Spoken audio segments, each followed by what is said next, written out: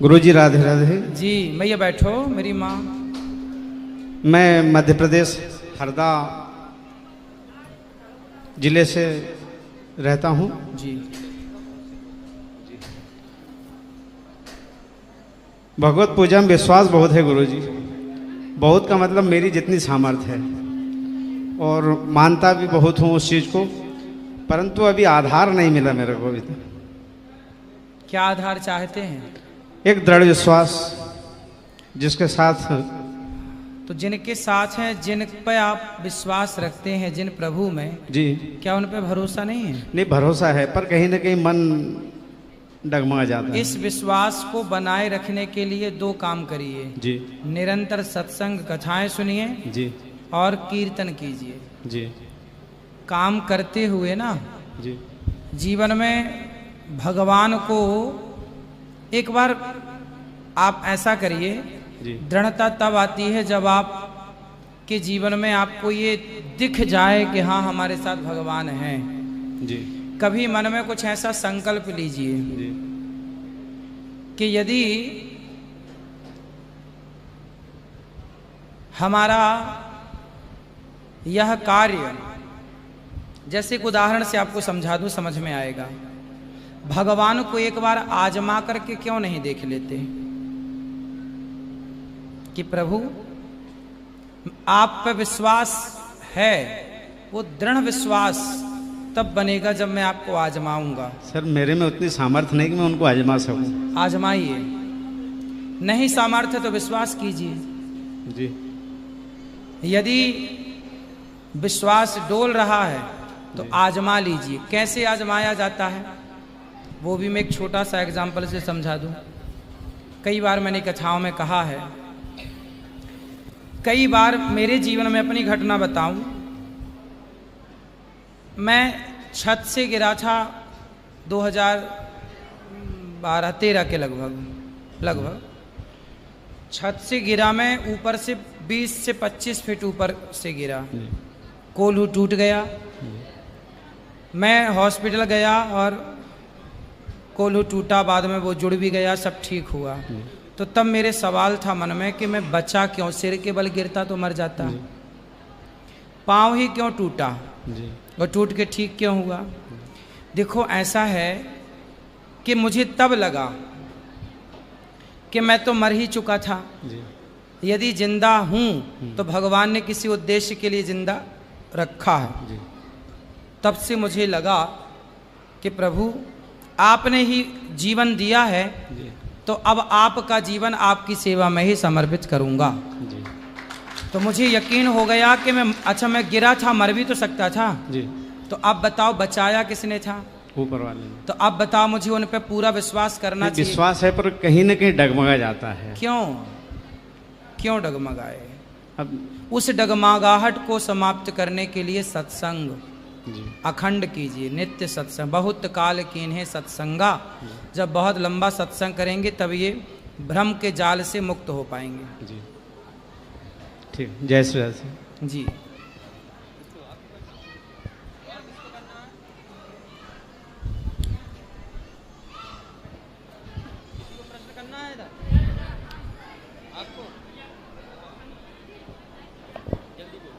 Hello जी महाराज जी, राधे राधे।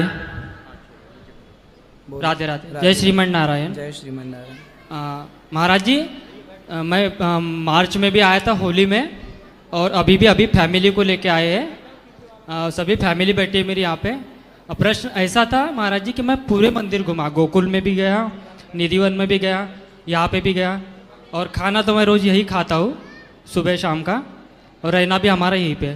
प्रश्न ये था गुरुजी कि जैसे आश्रम में सब कुछ फ्री मिल रहा है, तो निधिवन में भी गया सर, वही वहाँ पे भी पैसे का ही मामला दिखा, गोकुल में भी वही दिखा, और बाके बिहारी जी में वैसा कुछ नहीं था, दर्शन करो और निकल जाओ। लेकिन बहुत से ऐसे मंदिर है जहाँ पे पैसे दे के ही कोई चीज़ें मिलती है। जैसे अभी निधिवन देख के आया मैं, तो राधा रानी के जो मंदिर है वहाँ पे, जहाँ पे शयन करते हैं भगवान श्री कृष्ण और राधा रानी जी, वहाँ पे जो वहाँ से मिलता है अपने को कुछ, जो कुछ भी रहता है ना, मतलब सामान उनका श्रृंगार, तो उसके लिए पैसे देने पड़ते, ऐसा क्यों? अब गौरी गोपाल में तो सब फ्री मिल रहा है कि नहीं? सभी फ्री मिल रहा है। तो फिर यहाँ क्या मिल रहा है उसकी गारंटी मेरी है, उसकी जिम्मेदारी मेरी है। कहाँ क्या मिल रहा है उसकी जिम्मेदारी मेरी नहीं है। यहाँ कैसी व्यवस्थाएं हैं उसका जिम्मेदार मैं हूँ, उसको बेहतर बनाना, उसको ठीक करना। लोग क्या कर रहे हैं उसका आप और हम कैसे किसी को कुछ कहें। लेकिन हम तो आपको ही चमत्कार मानते हैं इस जन्म में, तो आप इसको सुधार सकते हैं। हम अपने को सुधार सकते हैं बेटा, हम दूसरों को नहीं सुधार सकते। हम अपने को ठीक कर सकते हैं, दूसरों को समझा सकते हैं। बाकी आपका दूसरों पे कोई जोर नहीं चलता है? नहीं, बिल्कुल नहीं। फिर इसलिए मैं अपनी जगह कैसा हूं, मैं अपने को देखता हूं। लोग क्या कर रहे हैं, लोग कैसे हैं, लोगों के बारे में कुछ नहीं। मैं अपनी गौरी गोपाल में आपको फ्री में भरपेट भोजन मिल रहा है। गौरी गोपाल में बच्चों को शिक्षा फ्री में मिल रही है, माताओं को रहना फ्री है। जो यहाँ है वो देखिए और यहाँ की चीज़ें देख करके बाकी चीज़ों से अपन इसको तुलनात्मक दृष्टि कर सकते हैं। बाकी वहाँ वो चीज़ें लाते होंगे पैसों से, तो पैसे लेते हैं। फ्री में तो नहीं मिलती ना वो चीज़ें जो वो देते हैं आपको। नहीं, बिल्कुल नहीं। आपको जो चीज़ वो देते हैं वो कितने रुपए की होती है सर, उसका तो अंदाजा नहीं लगा सकते। एक तो उसको लाखों में भी गिन सकते हैं और या फिर 5-10 रुपए की चीज़ें तो 10 रुपये 20 रुपए की तो होती ही होंगी। तो उसका कुछ मूल्य यदि लेते होंगे तो वो क्या बुरा है भाई। फ्री में आप हर चीज़ क्यों चाहते हैं? आपकी आदतें भी तो बिगड़ रही हैं। हर चीज़ आपको फ्री में चाहिए, क्यों चाहिए? कुछ चीज़ों का मूल्य चुका के लीजिए ना। आपको चूड़ी यदि वो दे रहे हैं, वहाँ से श्रृंगार दे रहे हैं, कुमकुम भी दे रहे हैं, तो वो कुमकुम भी तो बाजार में फ्री में नहीं मिलती ना। यदि अगर किसी के पास में से नहीं है वो कुछ देने के लिए, उसको चाहिए तो क्या तो करें? वो क्यों चाहिए? प्रणाम करो, वहाँ की माटी माथे से लगाओ, उसी का पुण्य है।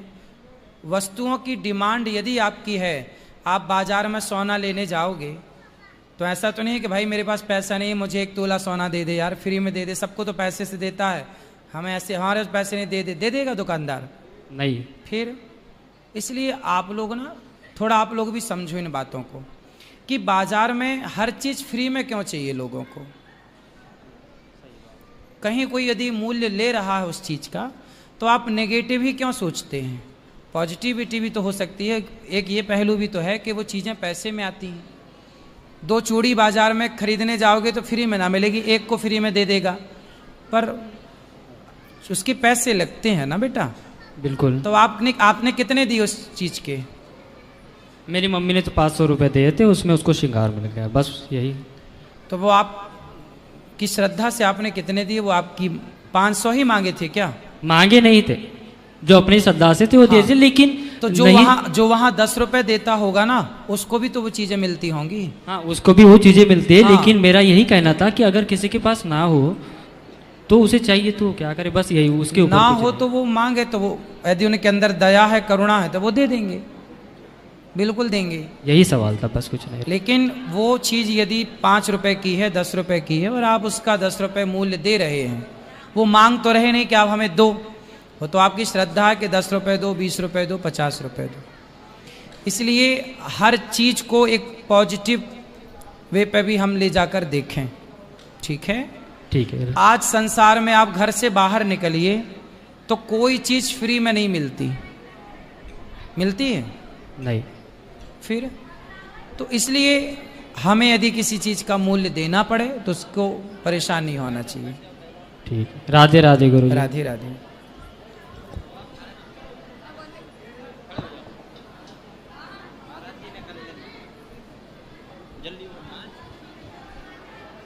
गुरुजी राधे राधे। राधे राधे। गुरुजी मैं दिल्ली से आया हूँ और मैं इतना सताया हुआ हूँ कि मैं भगवान की बहुत पूजा से क्या हुआ, लेकिन मुझे अभी तक इससे कोई लाभ नहीं हुआ। मैंने इतनी पूजा सेवा करी है, मेरी माँ ने भी करी है, लेकिन माँ को मरते समय भी बड़े बेटे का चेहरा नसीब नहीं हुआ। और मैं इतनी पूजा सेवा करता हूँ, लेकिन मेहनत भी बहुत करता हूँ, लेकिन उसका फल नहीं मिलता। क्या फल चाहते हैं? गुरुजी फल ये चाहता हूँ कि जो मेरे बच्चे हैं कम से कम किसी के आगे हाथ ना फैलाएं, भीख ना मांगें, हर पल यही रहता है कि किराया कैसे दें। कितने बच्चे हैं आपके? 3 बच्चे हैं, एक बेटा है और 2 बेटियां हैं। तो बेटे पढ़ते हैं? हाँ जी, बेटा पढ़ता है, बेटियां भी पढ़ती हैं। तो फिर क्यों फैलाना पड़ेगा किसी के आगे हाथ? क्या करें सर, जो रोजगार कर रहे हैं वो रोजगार चलता नहीं है। क्या करते हो? जी मेरा छोटा सा रोजगार है खाने पीने का। क्या खाने पीने का? यह है कचौड़ी है, छोले चावल की दुकान है सर। तो नहीं चलता? चलता है पर उतना ही चलता है कि जितना कि हम किसी का दे सकें। तो बस नहीं, उससे आगे तो हमारी बच्चों के लिए भी तो कुछ देना होगा ना, कपड़े हैं और सरकारी। बेहतर बनाओ ना अपने बिजनेस को। बेहतर बनाने के लिए बहुत कर रहा हूँ, 8 साल से मेहनत कर रहा हूँ, पर लेकिन बचपन से भी मेहनत करी है, लेकिन इसका कोई लाभ नहीं मिल पा रहा। मिलेगा। लेकिन मैं घर से बिना कहे भटका रहा हूँ मैं। 5-4 दिन हो गए मुझे भटकते भटकते, लेकिन अभी तक मन को सुकून नहीं मिला।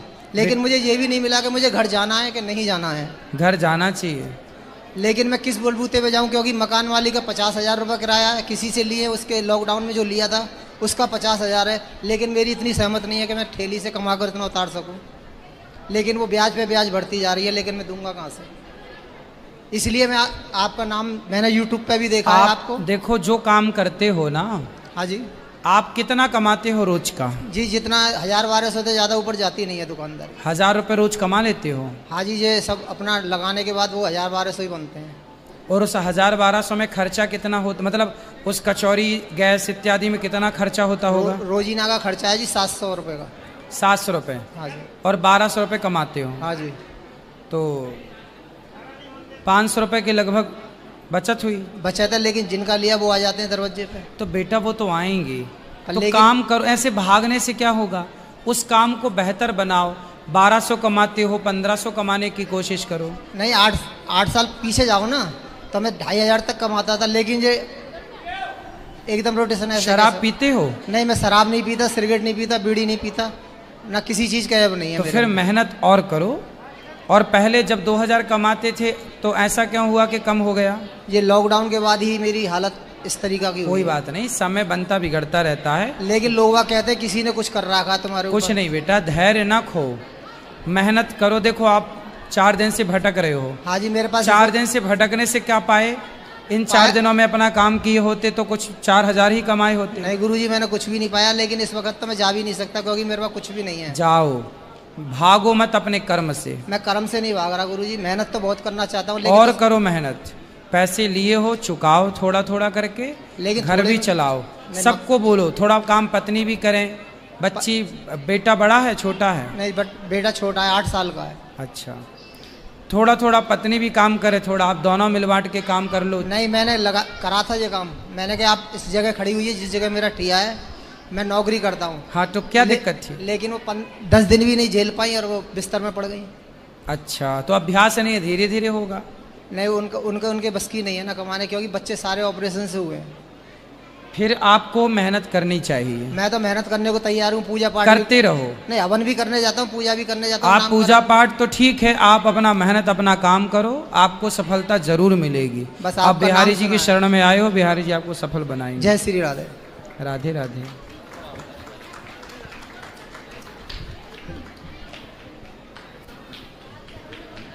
महाराज जी राधे राधे। जी महाराज जी, मैं शिवरी नारायण क्षेत्र छत्तीसगढ़ से आया हूँ और मैं पुरोहिती कर्म करता हूँ। मेरे बाप दादा करते थे, लेकिन गोस्वामी तुलसीदास जी ने रामचरितमानस में लिखा है एक चौपाई, पौरोहित्य कर्म अतिमंदा, वेद पुराण समृद्ध कर निंदा। तो कभी कभी मन में ये शंका हो जाती है कि करनी चाहिए कि नहीं करनी चाहिए। करते हैं तो करते रहिए। तुलसीदास जी ने उनके लिए लिखा है जो अपने काम को ईमानदारी से नहीं करते। जी, जो ईमानदारी से करते हैं, आप अपना कार्य जब करेंगे ईमानदारी से तो आपको तो उसका फल मिलेगा ना। जी जी। और ब्राह्मण कर्म नहीं करेगा तो क्या करेगा? जी जी। इसलिए आप अपना कर्म कीजिए ईमानदारी से, किसी के साथ छल कपट ना हो बस। महाराज जी, लेकिन कई संतों को मैंने सुना है कि पौरोहित्य कर्म करने से ब्राह्मणत्व छीड़ होता है, ऐसा बोलते हैं वो लोग। शास्त्रों ने, महापुरुषों ने सही तो नहीं माना। जी जी। पर फिर भी जीविका चलाने के लिए ये कार्य करना पड़ता है कुछ लोगों को। जी।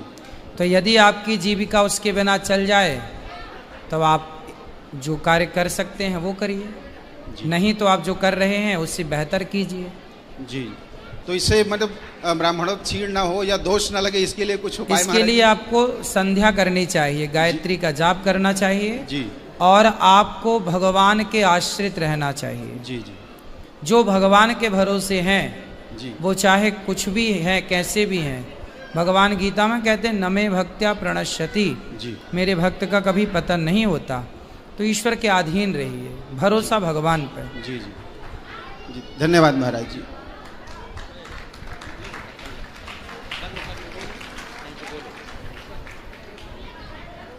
गुरुजी राधे राधे। राधे बेटा। गुरुजी मेरा प्रश्न है कि अगर कोई हमको थप्पड़ मारता है तो उसे पाप लगता है कि वो हमारे कर्मों का फल होता है? कोई आपको थप्पड़ कौन मारता है बताओ? नहीं, अगर कोई मारता है तो? कौन? अगर किसी ने मारा तो? किसने मारा बताओ? अगर भविष्य में किसी ने। कोई आपको एक थप्पड़ मारे तो उसके 2-4 दांत तोड़ दो। माँ बाप के सिवा किसी को मारने का अधिकार नहीं है। माता पिता मारे तो चुपचाप उनकी मार खा लो। किसकी मार खाओगी? माता पिता। माता पिता की। कोई अपने से बड़े हैं जो भले के लिए समझा रहे हैं तो आप उनकी भी मार खा सकते हैं। यदि हमारे कोई बड़े बुजुर्ग हमें सही समझा रहे हैं तो हम उनकी मार खाएं, पर बेवजह कोई हमारे थप्पड़ मार रहा है तो फिर मारने वाले को जिन मोहि मारा तैम मारे। वो एक मारे तो तुम 10 मारो। पर गुरुजी कहते हैं ना कि अगर आपको कोई थप्पड़ मारता है तो आपके पिछले जन्म का कर्म है। हाँ हाँ, वो अलग विषय है, उसकी बात अलग करेंगे। अभी तो तुम्हें मारा है ना, तुम 10 मारो। अभी इस बात अभी जरूरत इसकी नहीं है कि एक गाल में थप्पड़ मारे तो दूसरे में दिखा दो गाल। वो जमाना गया। अब वैसे अब लोग रहे नहीं। अब ये लोग बातों वाले नहीं, अब ये लातों वाले हैं। तो जिन मोहि मारा ते मैं मारे, हनुमान जी का सिद्धांत अपनाओ। राधे राधे। ठीक हो बेटा। झांसी की रानी का नाम सुना है? हाँ। कौन थी? झांसी की रानी। हाँ, तलवार चलाती थी वो। आपको भी बड़े होके तलवार चलानी चाहिए। चलाओगी? हाँ। और जो आपकी तरफ आंख उठा के देखे, आप किसी को बेवजह मारो मत। तलवार का मतलब ये नहीं कि हम किसी को भी मारे ना। तलवार मतलब आत्मनिर्भर। हम अपनी सुरक्षा के लिए जरूरत पड़ेगी तो तलवार चलाना भी जानती हैं। लड़कियों को झांसी की रानी बनाओ, ये मेरा सपना है।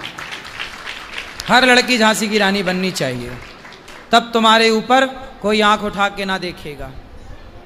राधे राधे। ठीक है गुरुजी। राधे राधे जी। गुरुजी, हमें आपसे बहुत मिलने की इच्छा थी तो हमने 2 साल से आपका मतलब प्रवचन से ज़्यादा ध्यान दिया। 2 साल पूरा होते हम अपने पूरा परिवार, मेरे 4 बहन, माता के, हम लोग सबके साथ आए हैं अपने पति के साथ। खुश रहिए। कोई सवाल? कोई सवाल नहीं है गुरुजी। बहुत इच्छा थी आपके पास आने के लिए। आपके साथ एक सिर्फ फोटो लेने के लिए इच्छा है। अभी अंदर बैठेंगे तो लीजिएगा। ठीक, और सबके लिए मेरे परिवार का आशीर्वाद दे दीजिए गुरुजी। राधे। गुरुजी कोट कोट नमन। हम कई बार आए, आपसे प्रयास नहीं हो सका, इस बार दर्शन हो गए। ये हमारी इच्छा थी, पूरी हो गई सर। खुश रहिए।